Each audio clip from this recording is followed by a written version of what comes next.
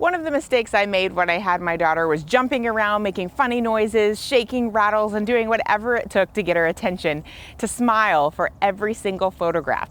Pose photographs are great, but there's a lot of fun and beauty that comes with candid shots. They're the photos that you take with your children in their natural element, and it can capture their true emotion and really tell a story.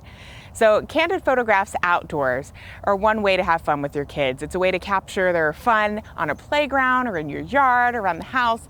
It really can just take a nice natural approach to these moments with them. So one idea is to come to a park. I have Jamari here, and he is having fun on the jungle gym. Now you can just play, you can dangle, do whatever you want. And I'm just gonna take my camera and I'm just gonna start snapping. The lens I'm using for this is a 24 to 70 millimeter lens. I love it because it's got a nice zoom range. I can zoom in and get up close to his face, or still be pretty far away and get more of the playground in the shot, telling more of the story with that. So as he's up here, he's having fun, but he's a natural poser, so he's ready to smile. When kids are playing, you want to hang down and dangle. When kids are playing, you want to have your shutter speed pretty high so you can freeze them in motion in their candid play. You're also I like to be in continuous shooting mode to make sure that I can hold down the shutter and take several shots in a row so I don't miss something. Since he's up high, I don't have to bend down too much. He's already above me, above my eye level.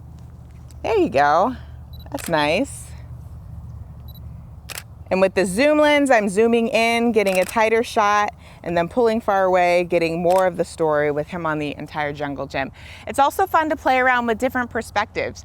You want to like hop down or hang upside down? You feel brave enough to hang upside down? So I could even climb in the jungle gym if I wanted, get some shots from here. Sometimes it's fun, not only to get candid shots of their face, but to have fun and get like their dangling limbs and things like that. It can make for a fun shot. So it's fun to get different perspectives. He's up high right now he's down low. You can take pictures through the jungle gym. It kind of makes a nice frame around his face.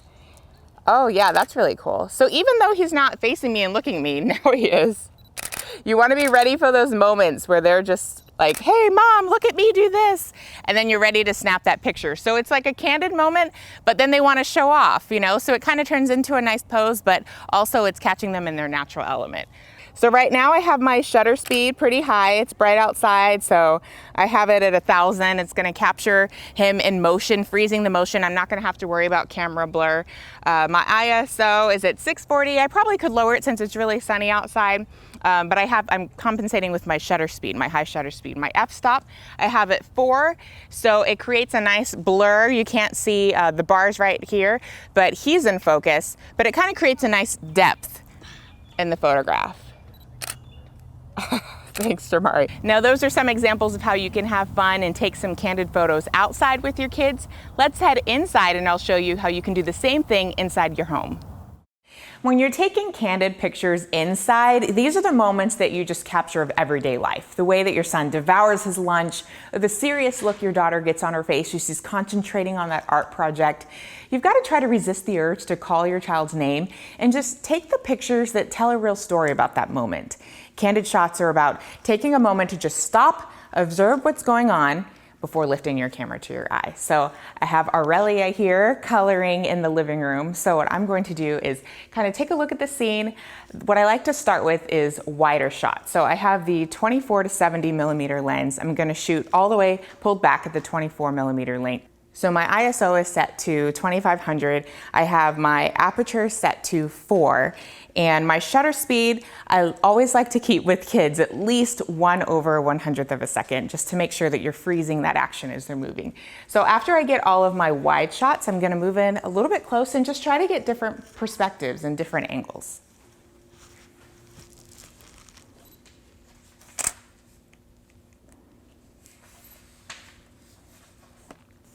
Right now I'm still pulled all the way back at 24 millimeter. I'm gonna get all my wide shots first, and then I'll zoom in probably around 70 and get that nice portrait with the blurred background.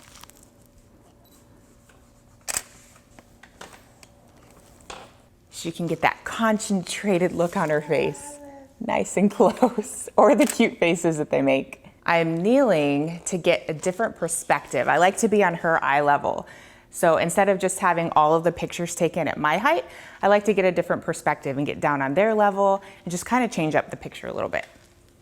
What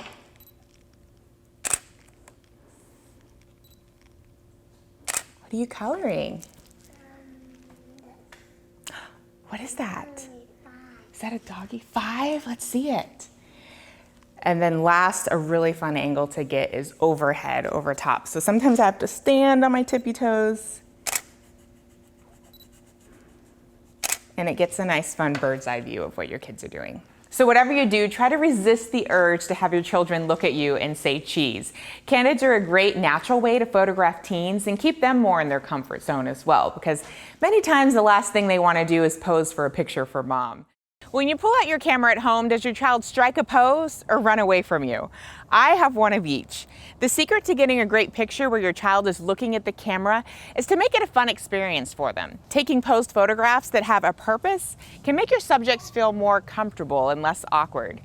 So some examples of when posing works, especially or when you're doing intentional keepsake photos, like things for events, like birthday parties that you're trying to remember, or photo documenting the morning of the first day of school. But sometimes you just want a photo of your child smiling at the camera now and then.